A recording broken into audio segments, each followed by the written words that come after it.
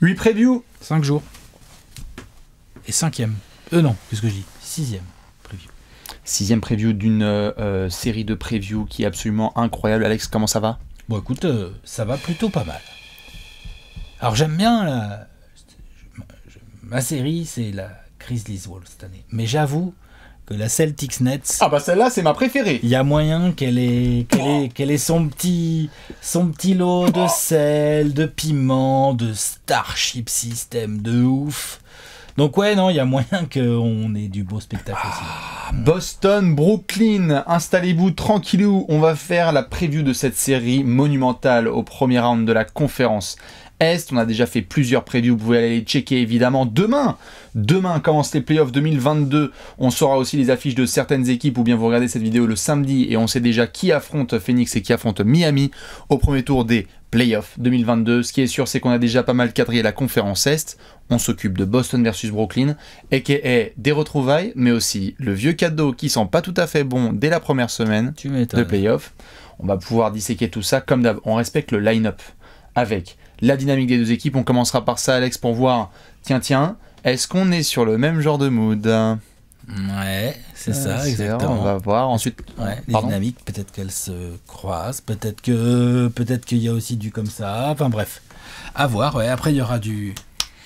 Hashtag point tactico-technique. Dans le bureau d'Edesh, on va se pencher sur un aspect stratégique du jeu ou pas. C'est vous qui voyez si vous voulez faire les experts. N'hésitez pas à monter à bord et à vous abonner à cette chaîne. Ensuite, on enchaînera avec les jumelles. Les jumelles, joueurs à suivre. Qui est-ce qu'on va surveiller en particulier parmi tous les garçons qui vont fouler le parquet dans cette série? Exactement. Et on terminera évidemment avec un classique. Évidemment, l'avenir. C'est un classique, vous le savez maintenant. Il famoso pronostico, tout à fait. On ne doit pas perdre de temps. On va parler de cette série qui ambiance beaucoup de monde. Pourquoi? Parce que, Boston, Brooklyn, des équipes qu'on attendait toutes les deux dans le haut du tableau, finalement c'était un premier round de ces playoffs 2022, c'est comme ça. Voilà ce qui se passe aussi, Alex, on va parler de Brooklyn tout de suite, voilà ce qui se passe aussi quand on a une saison régulière en montagne russe. Saison très compliquée pour les Nets, qui avaient, malgré l'absence de Kyrie, donc Kyrie n'a pas été là du tout jusqu'à mi-saison, à peine mi-saison, c'est-à-dire fin décembre, ils ont commencé à nous dire bon, on va le faire revenir, mais il pourra jouer qu'à l'extérieur. Il a commencé par avoir le Covid, donc du coup il n'a pas été disponible. Donc en fait Kyrie a commencé à refouler le parquet avec les Nets à partir de la deuxième quinzaine de janvier en gros. Il a vu le Covid? Ouais, il allait revenir et bim. Je crois que c'était juste contact Health and Safety Protocol. Peut-être t'as raison, peut-être juste un petit Health and Safety pour rigoler. Mais saison compliquée, puisqu'en plus ils ont eu petit à petit du Harden qui s'est effrité, voilà, la barbe qui a commencé à dire non, tout ça, et la blessure de Kevin Durant. Je rappelle qu'avant que Kevin Durant se blesse, Kevin Durant plus Kessler Edwards plus David Duke Jr. plus Deron Sharp plus Bastien, ça gagne des matchs. C'est quoi cette punchline? Ça gagne des matchs. L'enfoiré. Non mais ça gagne des matchs. Mais bien sûr qu'on gagne des matchs, salaud. Bien sûr. Mais tout ça pour dire que les Nets, on a tendance à l'oublier. La dynamique sportive de avant, retour de Kyrie, blessure de KD, Harden qui commence à faire chier, elle est plutôt assez bonne. Ils sont genre 3e. Ça va. Ils sont là, je te dis pas que c'est l'extase, mais ils sont là. C'est après que ça a commencé. Quand KD s'est blessé, là, ça a commencé à... Ah, ça a bien chuté, ouais. Sortie de trade deadline, blessure de KD, il n'y a plus personne, on défend comme des bouseux, en fait, on prend des défaites, mais à la pilée. Puis nul à chier. C'était vraiment nul, beaucoup d'interrogations sur Steve Nash, comment ça va se passer, intégration de Seth Curry, mais pas de Ben Simmons, que tu as récupéré à la deadline, on va utiliser Drummond, mais on peut plus utiliser Paul Millsap, James Johnson, il est jouable? Nope. C'était vraiment dur, même Bruce Brown, qu'on a revu exploser là sur la fin de saison, en début de saison. Out of rotation. Au final, KD il a joué que 55 matchs, Kyrie il en a joué que 29. Tu t'en souviens de Joe Harris ou pas? Ouais, Joe Harris, c'est qui? Ah oui, c'est vrai. C'est le gars, il mettait des shoots en 2019. C'est le vendeur de Biocop en 2019, de Brooklyn. Il mettait des shoots. C'est le gérant de Naturalia. C'est clair. Ouais. Je peux avoir un jus de kiwi, mandarine, carotte, s'il vous plaît, monsieur? Tu mets un peu de granola au-dessus, s'il te plaît. Non, pas de sucre. Non, pas de sucre. Regarde, Léon, il aime bien ça. Parce que Léon, c'est Joe Harris. Vous savez pas, vous, derrière la caméra. Je rigole. Non, mais c'est vrai que c'était compliqué pour les Nets qui ont eu vraiment des montagnes russes. Et Steve Nash, on peut le tacler autant qu'on veut. L'autre, en termes de stabilité, il n'y a pas une semaine qui suit l'autre. C'est trop dur pour lui. Tu peux pas. Même avec le retour de KD, il revient. Et il y a eu quelques matchs qui ont été bons. Ils se sont déplacés à Miami notamment. Et ça a été incroyable avec Cess, avec Kyrie, avec KD. Mais en même temps, il y a eu d'autres matchs. Il se ramène au Madison Square Garden. Faut ramper pour les gagner dans le Money Time. Pour battre les Cavs, pareil, faut ramper. No disrespect, mais tout le problème est là. C'est qu'en fait, cette équipe, avec tous les défauts qu'elle a, qui sont évidents, il y a des problèmes parfois dans le hustle. Je trouve que Blake Griffin a pas mal manqué aussi. Il avait apporté ça, le Blake Cooney, hein, mine de rien, un côté un peu plus... moi, je vais jouer dur, les gars, je vais essayer de me battre au rebond, quoi. Ouais. Là où Drummond et Claxton, ils sont grands, ils sont costauds, mais... C'est pas la même. C'est différent. Cette équipe, non seulement il y a tous ces défauts-là, à l'aile, tu te demandes un peu qui mettre à côté ou à la place de KD et tout, tu as tout un tas de soucis comme ça, mais en plus, de toute façon, ils n'ont jamais pu tellement travailler sur plus de 10 ou 15 matchs de suite, puisque d'abord t'avais pas Kyrie, ensuite t'as KD qui s'est blessé, ensuite t'as James Harden qui a commencé à dire qu'il était saoulé, ensuite quand il y a eu le trade à la deadline, mais n'empêche que KD il était toujours blessé. Enfin tu vois, en fait c'est que depuis une dizaine de matchs environ que Brooklyn peut enfin travailler un peu plus, en tout cas sur ce qui doit être sa base, c'est-à-dire Kyrie et KD à tous les matchs. Et quelques joueurs autour qui sont là, Patty Mills, Seth Curry, Drummond, Claxton. On a vu, ils ont été récupérés un petit Dragic. Voilà, on a une idée de ce que devrait être leur rotation et leur roster pendant les playoffs. L'idée qu'on ne peut pas avoir et qui est compliquée, même dans laquelle c'est compliqué, on va dire, de se projeter, c'est... le talent, je veux dire, il est indéniable, mais qu'est-ce qu'ils peuvent vraiment produire, en fait, comme jeu ? Ouais, c'est vrai, hein. Bien sûr, la manière dont les matchs se déroulent avec Brooklyn sont particulièrement frustrants. C'est-à-dire que tu peux avoir un très très gros opening où KD et Kyrie, on est là genre waouh. Le match de play-in. Le match du play-in, qui est un symbole de la fin de saison. À la fin du premier quart, t'es là, tu fais c'est dur pour les Cavs. Tout à fait, il y a 40-20, mais le truc c'est que c'est Brooklyn aussi, et que Brooklyn, même à domicile, même tout ce qu'on veut, même avec KD et Kyrie, avec un Kyrie qui est incroyable. Il y a des trous d'air. Et ben t'as des trous d'air, et donc si tu as une équipe qui n'a pas non plus un talent offensif incroyable, no disrespect encore une fois, Darius Garland, Kevin Love et compagnie a fait le travail, mais ce n'est pas une équipe élite vu les absents qu'ils ont, et ben tu peux vite te faufiler et faire genre et donc c'est l'équipe C des Knicks qui ont à un moment mené de loin face aux Nets et qui ont dû attendre qu'il y ait un gros comeback de Kyrie et tout qui gonfle les pecs dans le quatrième quart-temps. Donc c'est vrai que ils ont ces trous d'air, c'est le terme dont tu fais mention et qui parfois peuvent être un peu inquiétants. Ceci étant dit, tu en parlais assez vite, mais c'est quand même un des trucs qui a été les plus rassurants peut-être pour les fans des Nets, c'est pendant des mois, on ne savait pas si Kyrie allait pouvoir jouer à domicile et à l'extérieur. Il y a quelques semaines, on a appris qu'il pouvait jouer au Barclays et en plus en déplacement. Et il avait dit qu'il s'entretenait quoi qu'il arrive. Force est de constater qu'il n'a pas menti. L'autre, il est arrivé, première minute, tu vois que oui, effectivement, il est apte à jouer, comme on dit. Hein, tout à fait, vrai, bien sûr. Impressionnant. Pour un mec qui a raté toute la première moitié de saison.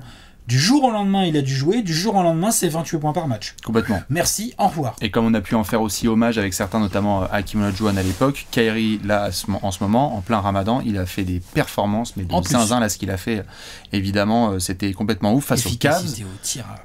Complètement dingue. Ils éliminent donc les Cavs, ou du moins, ils passent les Cavs dans le match du play-in, ce qui fait que Brooklyn apprend qu'ils vont jouer Boston. Ça ne recule pas devant l'éventualité de jouer Boston. Ils veulent les Celtics, pas de problème. Non, ils voulaient passer les Cavs, surtout je pense pour s'offrir un tout petit peu de repos supplémentaire. Tout à fait.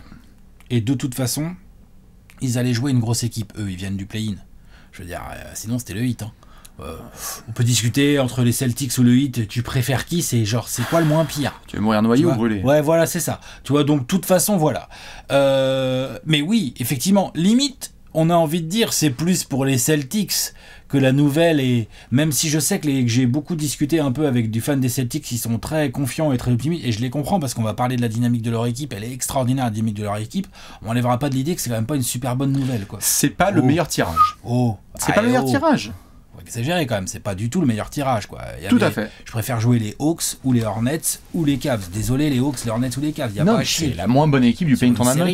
évidemment, La sur meilleure, une tu veux série. dire. Tout à fait, c'est la meilleure, Ouais, c'est voilà. la moins bonne équipe à devoir prendre. tirer. Ouais, Ouais, voilà, tout à fait. ouais. De cette équipe, de ce quatuor du Play-in Tournament, tout à fait. Et donc les Nets, c'est vrai, peuvent se dire, on a KD et Kyrie qui sont bien énervés. Là, on a vu KD face aux Cavs qui a dit, c'est pas grave si je mets pas 40 points, mais par contre défensivement, je vais être un mélange entre Giannis et ça y est, on a KD tu veux playoff. dire, ouais. Ouais, on a KD playoff avec un Kyrie qui est chaud, donc Je attention à compte ce sur duo. Markkanen, là.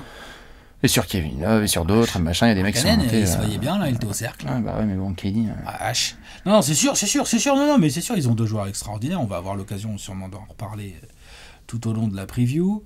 Mais en face, moi j'applaudis. deuxième meilleur rating défensif de l'année et meilleur rating défensif depuis le début 2022. De toute façon, c'est pas compliqué. Depuis le début 2022, les Celtics, c'est la meilleure équipe de la ligue avec les Suns. Et peut-être les Mavs. Faut regarder les stats. Je parle pas que de stats là. Je parle juste de. Il y a aussi l'impression visuelle, comment tu gères et tout. Memphis aussi a été Ils ont assez été fort malgré les absences, mais ouais, c'est vrai. Ils étaient à peine play-in avant. Ils sont remontés, mais en flèche. L'équipe de cet automne, c'est assez extraordinaire, comme on en avait parlé dans une autre vidéo, je crois que c'était apéro de fin de saison, de voir les 2 visages qui ont été montrés par les Celtics en une seule saison régulière. L'équipe de cet automne n'est plus du tout la même. Félicitations à Ime Udoka, dont on ne parle pas assez dans la course au coach de l'année, parce qu'il a fait quand même des sacrés bons ajustements et une manière de gérer son effectif. Intégration de Derek White Il y a trop de monde, là, à la trade deadline. Le coach de l'année, il y a trop de monde. Il y a trop de monde, tout à fait. Félicitations à Monty Williams, mais il y a trop de monde. Félicitations à Taylor Jenkins, Eric Spoelstra. Oui, bien sûr, mais il y en a plein. Oui, bien sûr. Billy Donovan. Ouais, Billy Donovan, bien sûr. Non, mais oui, t'as raison. Ime Udoka, super travail, sa mise en place défensive. Ce qu'il a décidé de donner comme principe de jeu à ses gars est vachement intéressant et a fini par bien payer. Ouais, défensivement, ils sont devenus absolument insupportables, avec en leader Marcus Smart et derrière Robert Williams, qui est un nom dont on va forcément parler dans cette preview, parce que blessé, ménisque, je crois c'était la blessure, si je dis pas de bêtises, un truc comme ça. Pas dans cette série, je pense. Il y a de fortes chances pour qu'il ne joue pas. Il y a eu 2-3 updates qui sont tombés là dans la journée. J'ai checké, t'inquiète, sur le fait qu'il disait que s'il y avait un éventuel Game 5, Game 6, il pouvait être là. Et donc on testera, mais c'est... Au 30 mars... C'est dur. Au 30 mars, ça disait entre 4 et 6 semaines. Ouais, au 30 mars. Ouais. Donc, on va avoir des updates tout au long de la série, mais... C'est chaud de revenir le 25 avril. Hein. Je suis d'accord. C'est compliqué quand même. Mais ce qui est sûr en tout cas, c'est qu'on a en Boston un groupe qui a abordé très très fort sa fin de saison, qui s'est dit, nous on a envie de rentrer dans la catégorie des contenders, de regarder les autres équipes de l'Est et de dire on croit au final NBA, et tout le groupe a commencé à prendre ce discours, ponctué, comme j'en ai parlé avec certains, par ce discours de Ime Udoka justement sur le dernier match de saison régulière, où il y avait tous ces jeux de classement, qui joue Brooklyn, qui joue je sais pas qui, tu chutes, et Ime Udoka a dit... Excusez-moi, temps mort, on n'arrête pas de me parler de Brooklyn ceci, Brooklyn cela. Brooklyn doit remporter son play-in tournament et nous, si on est vraiment des contenders, on doit battre les équipes qui sont sur notre route. Et j'ai trouvé ça formidable comme discours de la part de Udoka, parce que c'est vraiment le type de confiance qu'un coach doit te donner. Et Jason Tatum était d'accord, et Jaylen Brown aussi. Ils ont été à Memphis, ils ont dit ok, on va faire le travail, et donc on va choper Brooklyn au premier tour. Et je trouve que c'était un espèce de point d'exclamation sur ce shift mental, au-delà du jeu, mais shift mental des Celtics, qui sont passés d'une équipe punchline en première partie de saison dans le Money Time, à on vous prend, on vous regarde droit dans les yeux, et sur 48 minutes, il y a bonne chance pour qu'on exécute, attaque mieux, défende mieux, et fasse mieux bouger le ballon. Défendre mieux, c'est sûr. Et attaque mieux, c'est devenu de plus en plus régulier, parce que Marcus Smart a fait un bon petit jump à la création, faut le reconnaître. Parce que Monsieur Jason Tatum a montré que genre il était pas du tout juste un scoreur, mais pas du tout. Il peut vraiment avoir la balle en main, il peut vraiment défier les mecs en ISO, ou derrière un écran, ou kick-out pour le copain démarqué. Moi j'ai trouvé la deuxième partie de saison de Jason Tatum au niveau balle en main absolument incroyable. Ah bah rien, qu'est-ce qu'il est pas dans la conversation du MVP ? Incroyable. Jaylen Brown a fait une très belle saison également, qui permet aussi d'avoir une deuxième lame ultra efficace en attaque. À cette attaque des Celtics qui en première partie de saison était décrite comme statique, prévisible et tout, là, elle est toujours un peu prévisible quand même, parce qu'on peut pas dire qu'il y a un mouvement de balle incroyable, mais il y a du mouvement et tout, mais il y a surtout 2 joueurs dans les ailes très forts, très compliqués à défendre en 1 contre 1, qui jouent bien derrière les écrans, qui sont capables de bien shooter, bien driver, qui sont tous les deux des athlètes incroyables, c'est-à-dire que peut y avoir un big man entre eux et le cercle, mais il peut y avoir un gros dunk aussi. Tout à fait. Donc non, ces Celtics sont magnifique équipe. Tu abordes les playoffs en confiance et même les petits ajustements qui doivent avoir lieu. Daniel Tice, au revoir Schroeder, bonjour Derrick White. Content de l'avoir pris du coup, parce que là avec la blessure de Robert Williams, ils vont en avoir besoin de rotation là. Tout à fait, intégration de Derrick White et donc tout le monde connaît son rôle. Grant Williams, nickel. Alors Ford, nickel. Daniel Tice, compagnie, Peyton Pritchard, tout le monde sait ce qu'il doit faire. Ouais. C'est ce qui fait que c'est vraiment un groupe deep qui se ramène en cette deuxième place de la conférence Est et donc la dynamique est très bonne. Côté Nets, côté Celtics, c'est ce qui crée cette hype autour de ce rendez-vous.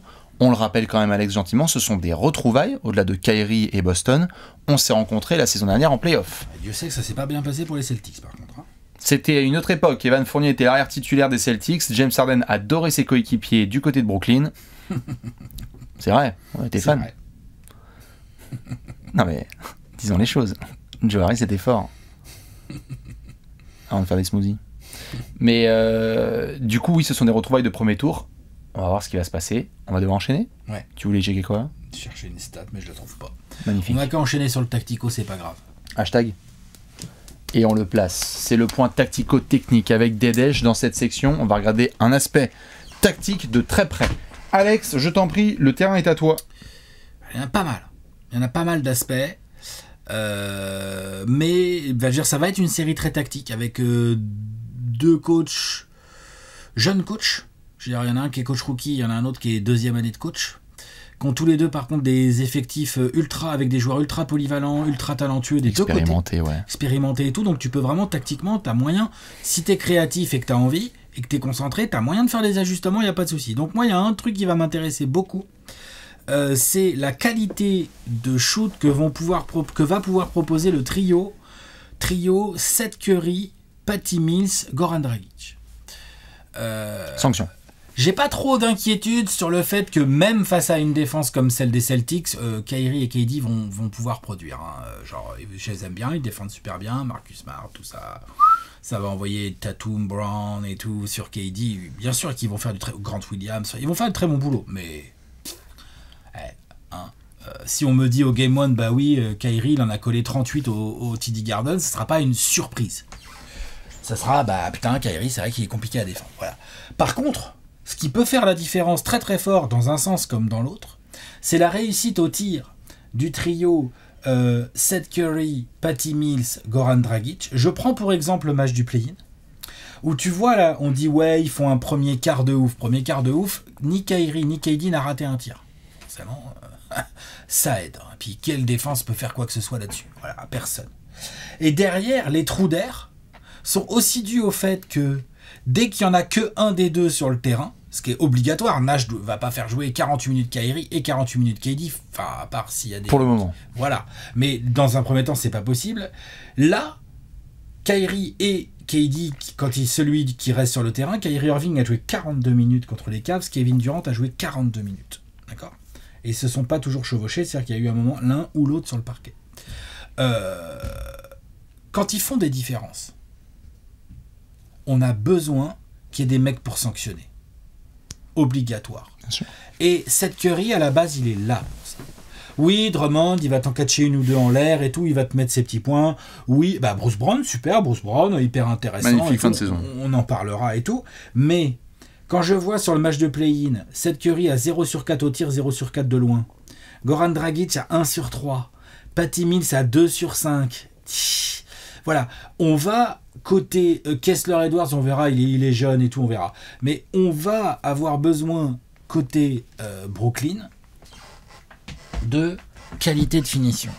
Est-ce que Steve Nash va avoir besoin de vraies minutes de la part de Cam Thomas parce que des Patty Mills, des Seth Curry ou quoi sont incapables de lui fournir le scoring extérieur dont il a besoin en plus de Kyrie KD.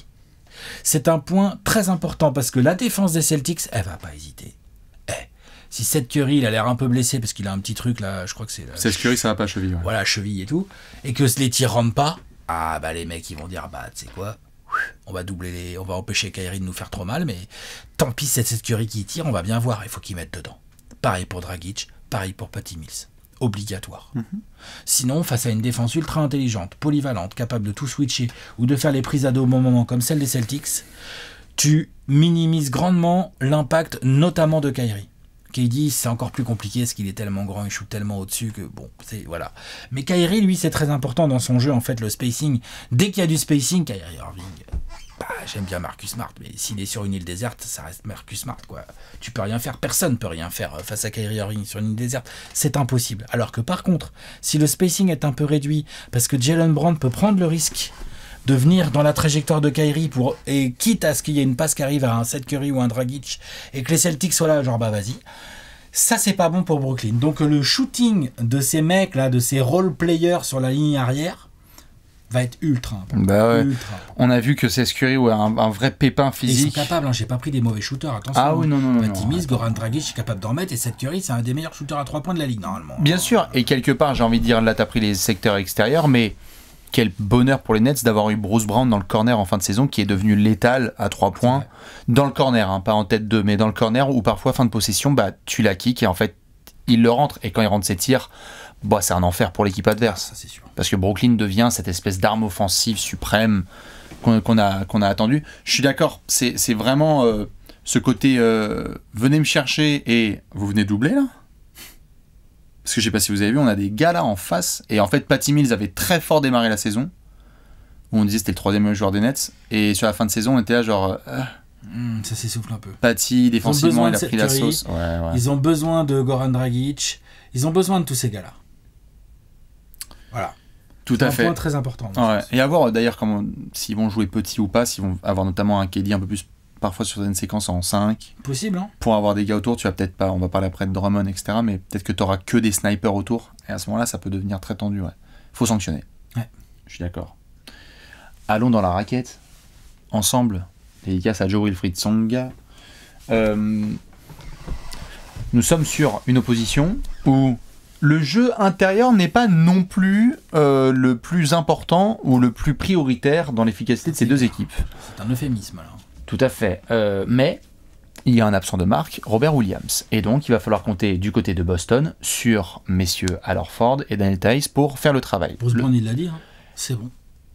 On peut y aller. Et j'espère que vous avez noté cette déclat que KD a essayé de vite enterrer. Il a eu raison. Où Bruce Brown a dit non mais c'est bien parce que vu qu'il n'y a pas Robert Williams de présent, on va pouvoir attaquer sur Al Horford et Daniel Theis.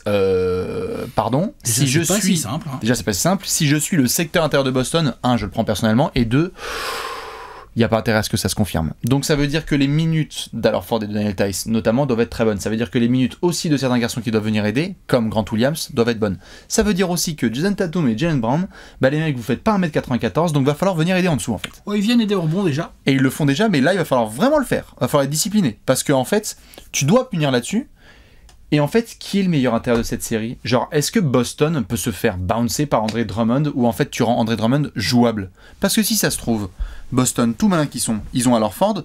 Et en fait, quand t'as Al Horford qui est en train de spacer, bah Andre Drummond il peut jouer que 18 minutes par soir. Parce qu'Andre Drummond, ok, il est comme d'habitude en 8 points, 8 rebonds dans le premier quart-temps. Et on se dit, putain, t'as eu le premier quart-temps d'Andre Drummond. Mais c'est marrant, il est pas revenu depuis le 4ème quart.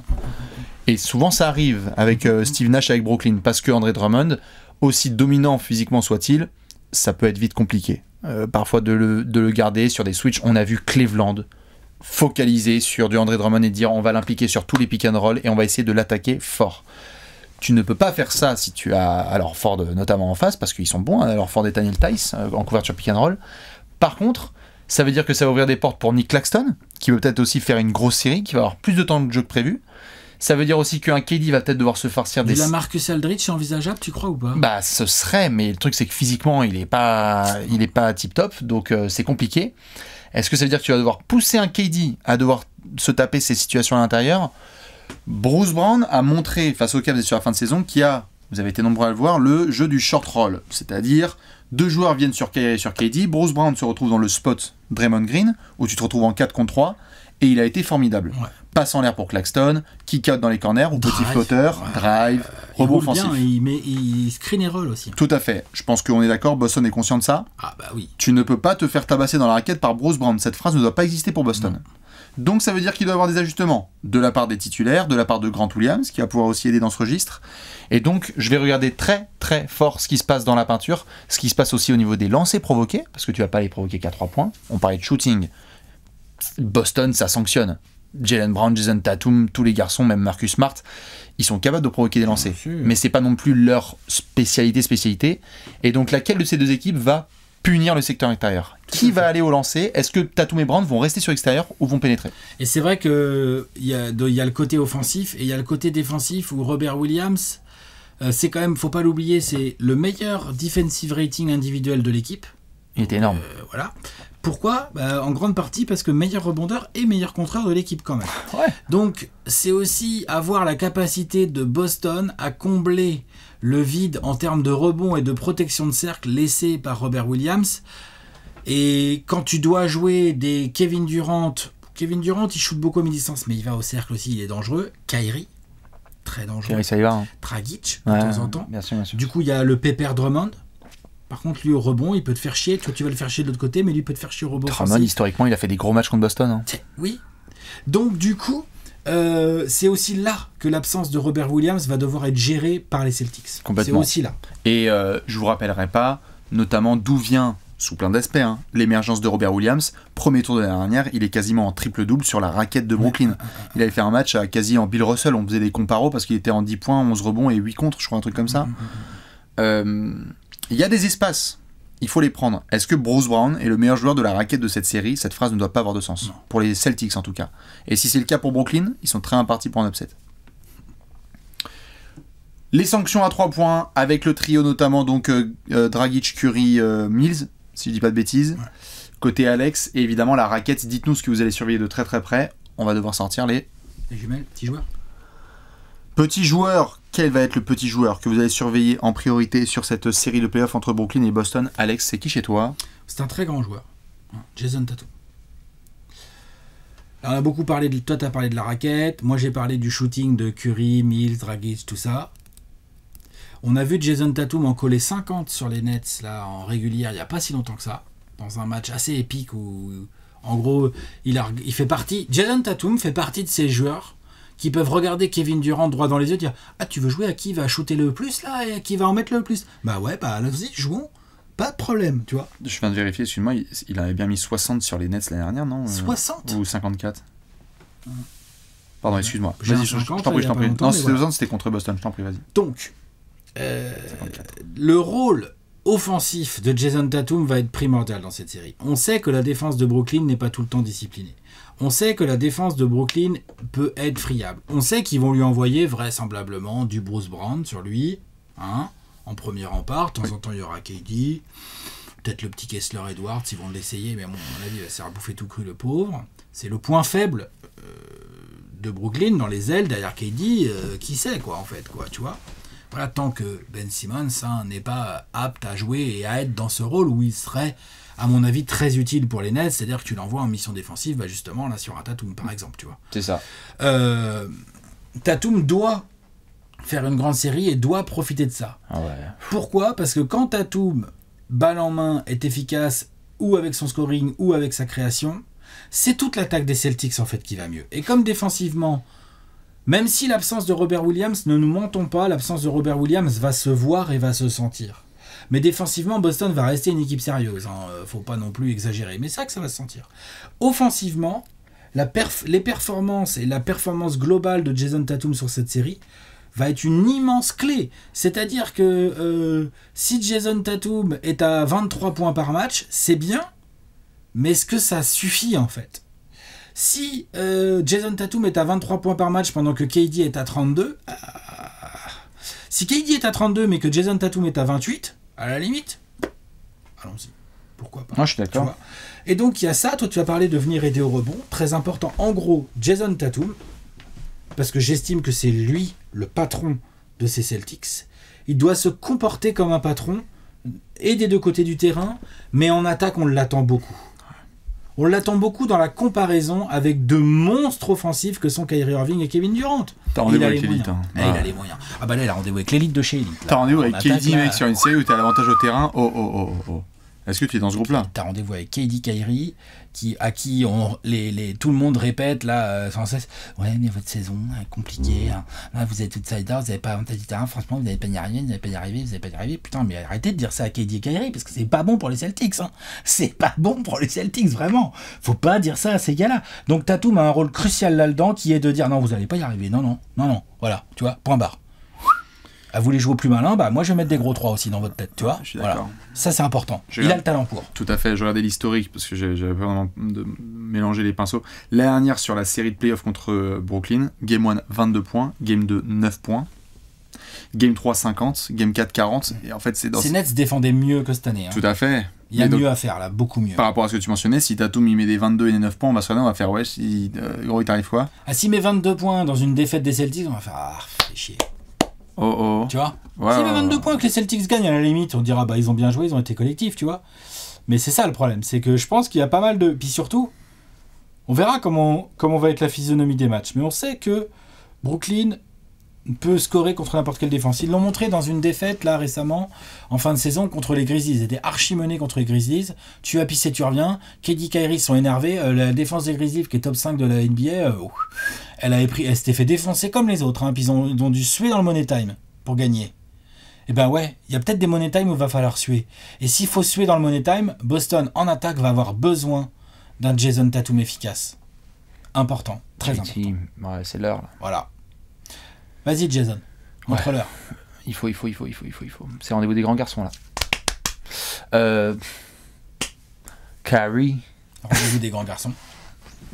Bon évidemment, hein, si on ne met pas des zooms sur Kelly, c'est parce qu'on a très hâte de regarder Kevin Durant jouer au basketball. Hein, je pense que. C'est clair, on va à peine parler de KD. N'hésite pas à t'abonner. On va à peine parler de KD. Bah oui, parce que KD va être incroyable. Et que, comme certains l'ont vu, KD énervé, c'est parmi les plus grands phénomènes sportifs qu'on peut voir. Hein. Quand KD est comme ça, regardez-le. Rendez-vous dans la section suivante. Je vais partir sur Kyrie, déjà pour des raisons purement hormonales. Kyrie Irving joue au basketball en ce moment, donc on y va, on regarde, d'accord, hein, c'est la moindre des choses. Donc on y va et on prend son pied, ok, on y va. Au-delà de ça, rendez-vous avec Boston, retrouvailles, avec des fans qui balancent des bouteilles d'eau, avec le fait de piétiner le logo des Celtics, ce qui j'imagine est un moment très très chéri par la fanbase de Boston. C'était l'année dernière. L'année dernière, on faisait les fanfarons, il n'y avait pas de public, il y avait James Harden, il y avait KD et Joe Harris, ça sanctionnait, et ils ont mis une pilule à Boston, fine.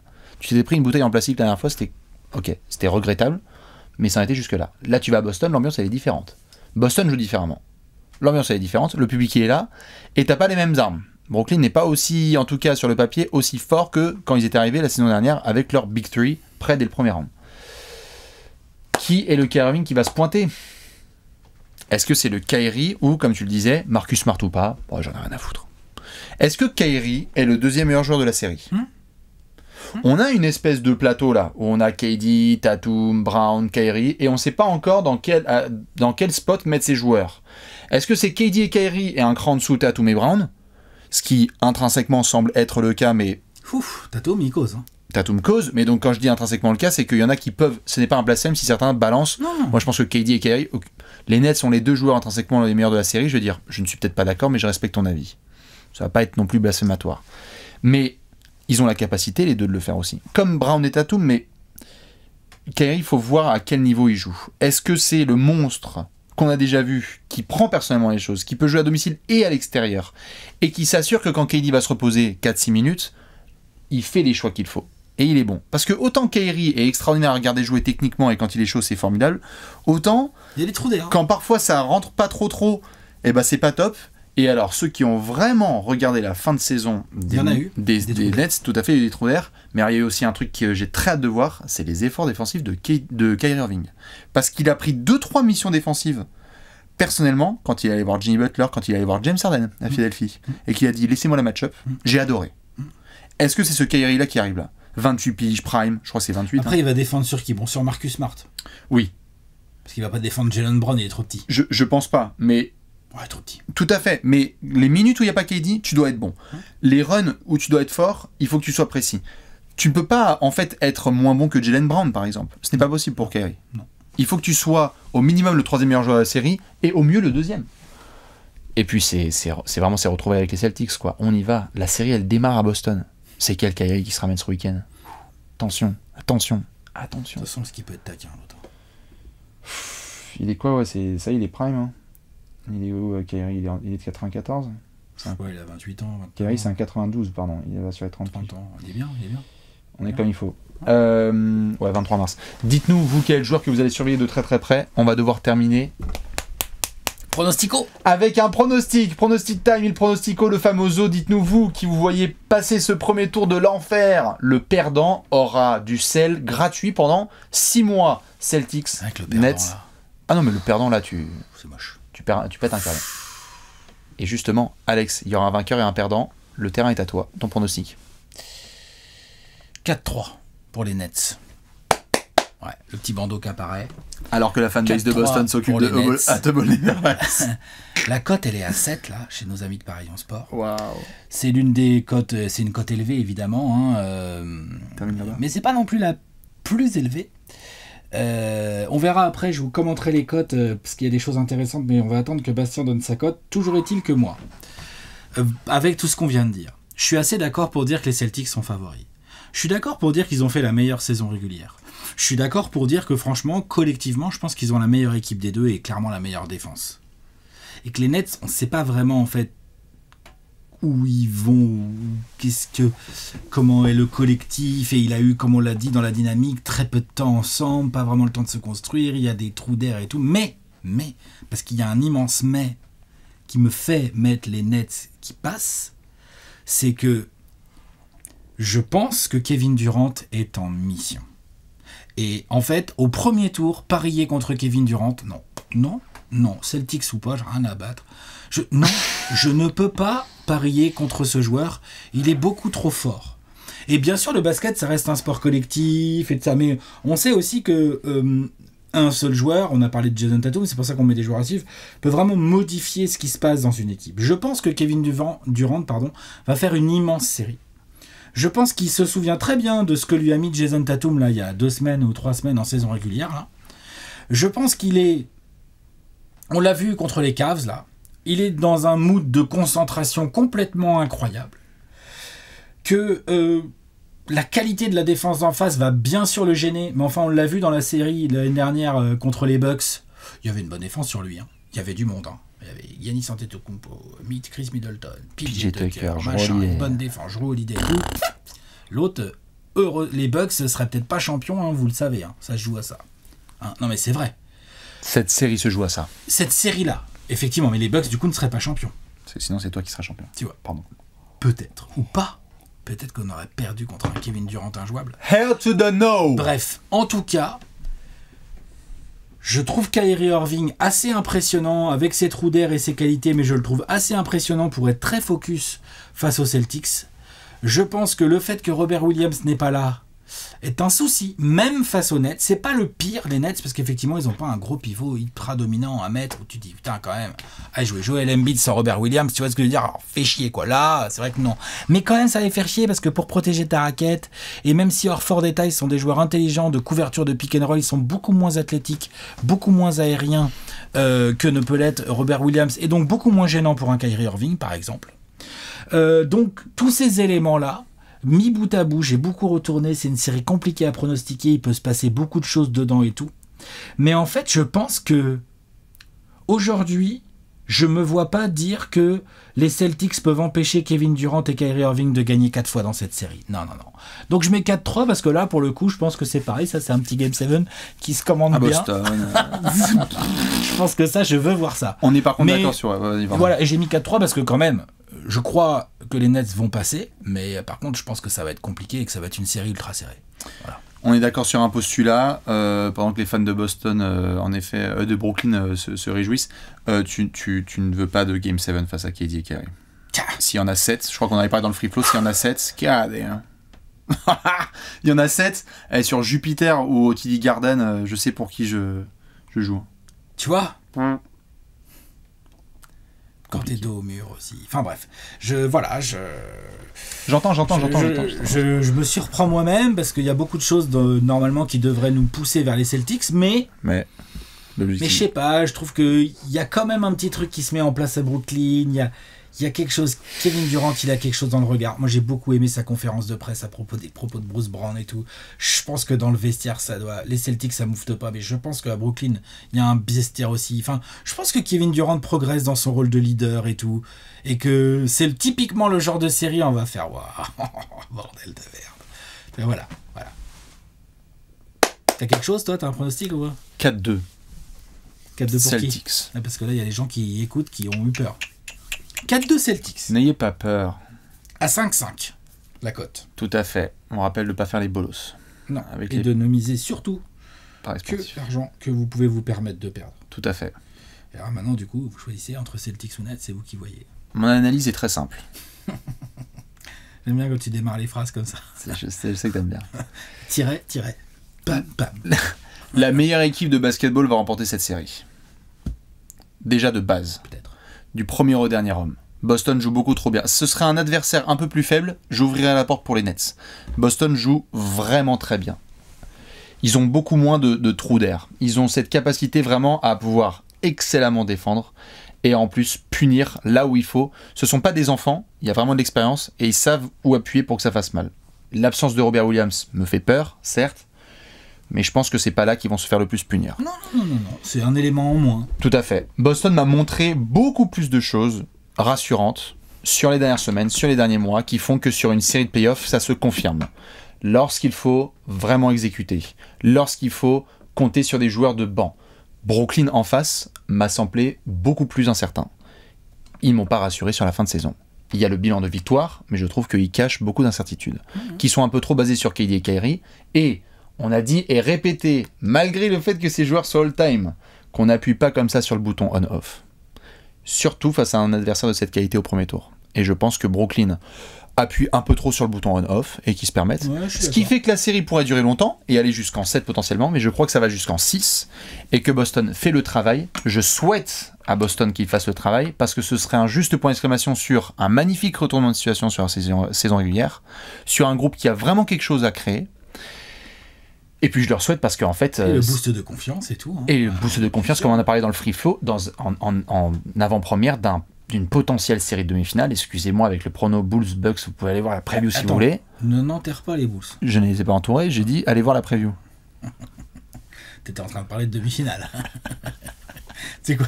Tu veux cette Dix Bulls? Pourquoi pas, remarque. Hein. Ce qui est sûr, c'est que si tu affrontes une équipe comme je ne sais pas, dans le nord des États-Unis, on va dire, il faut que tu aies ce boost de confiance et ça passe par écarter les Nets. J'adore les déclarations. Toi, tu adores les déclarations de KD par rapport à Bruce Brown. J'adore les déclarations de Jaylen Brown et d'Ime Udoka. On a peur de personne. Envoyez-nous les Nets. Si on est des contenders, on doit rouler sur ce genre d'équipe. Ils ont été très forts d'un point de vue individuel avec KD et Kyrie, mais je suis désolé. Là, ce que ça va montrer contre les Cavs, j'ai pas peur des Nets si je suis Boston. Je suis d'accord. Ils ouvrent trop la porte. Quart, en fait. J'ai peur du premier quart, mais après... J'ai peur du premier quart, mais après tu exécutes. Et en fait, je trouve que, à la limite, ils auraient même un coach qui a vraiment montré beaucoup de choses, mais Steve Nash, parfois aussi, me crée des frustrations dans le jeu. Clairement. Et donc, je pense que Boston ne peut pas se permettre de perdre ce premier tour, parce que sinon, la boîte à punchline va sortir. Formidable. Encore moins se permettre que Brooklyn. Ah bah oui. Brooklyn, on pourra toujours dire oui, bah, il travaille l'année prochaine, Ben Simmons, tout ça. Exactement. Je suis d'accord. Mais Boston passe ce tour, j'espère. Et puis je pense que la meilleure équipe de basket va passer. Je crois vraiment. Mais j'aurais très très peur si j'étais fan de Boston parce que on bombe le torse, on est content, mais en face... Oh les salauds. Tu peux pas être complètement serein en fait. Non. Tu peux pas. Et ils le savent là, quand ils vont se ramener au TD Garden, ils se disent les gars, objectif, on en prend un des deux. Hein, pour mettre la pression les Nets, sur... Ah, bien sûr. Et puis s'ils peuvent en prendre deux, les mecs, ils vont pas se gêner. Hein. Mais bon. Donc tu dis 4-2, la cote elle est à 5-5, je dis 4-3, la cote elle est à 7. Tu sais quelle est la cote la plus probable selon nos potos bookmakers de Paris en Sport ou pas? C'est toi mixé à moi. C'est-à-dire 4-3 Celtics. Ouais. Donc en gros, ça veut dire que ça croit quand même fort à une série en 7. Ou en 6. Moi je suis pour, hein. Allons-y. Hein. Si on peut en avoir 7 de celle-là. Série longue quoi. C'est-à-dire que, je crois que s'il y en a 7, on le commente le 7 ou pas? Ah ouais, je pense qu'il y a moyen. On verra. Dans tous les cas, on vous attend dans les commentaires. Fans de Boston, de Brooklyn ou simple observateur de ce premier tour de playoff, dites-nous, vous, qu'est-ce que vous voyez? Est-ce que c'est Boston ou Brooklyn qui avance au tour suivant? C'est absolument immanquable, qui démarre ce dimanche, en prime time, si je dis pas de bêtises, on doit être aux alentours de 21h. C'est 21h30 dimanche, ouais, un truc comme ça, ouais. On vous attend dans les commentaires et on se retrouve très vite pour les 2 dernières previews de ce premier tour des playoffs 2022. Des bisous, à la prochaine. Ciao.